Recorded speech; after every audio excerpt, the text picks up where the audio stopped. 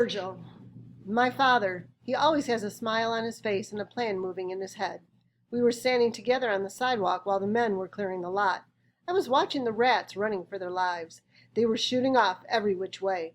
A couple of dealers came over, the ones always bragging about how bad they are.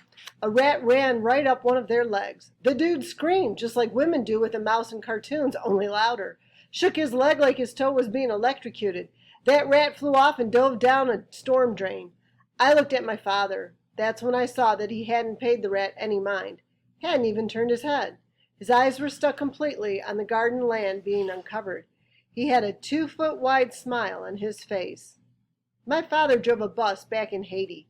Here he drives a taxi. That night he drove himself way across town to borrow 2 shovels from a friend of his. The next morning was the first day without school. I was done with 5th grade forever. I'd planned on sleeping till noon to celebrate.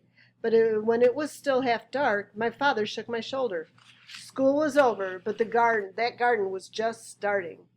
We walked down and picked out a place to dig up. The ground was packed so hard the tip of my shovel bounced off it like a pogo stick. We tried 3 spots till we found one we liked. Then we walked back and forth, picking out broken glass, like chickens pecking seeds. After that we turned the soil.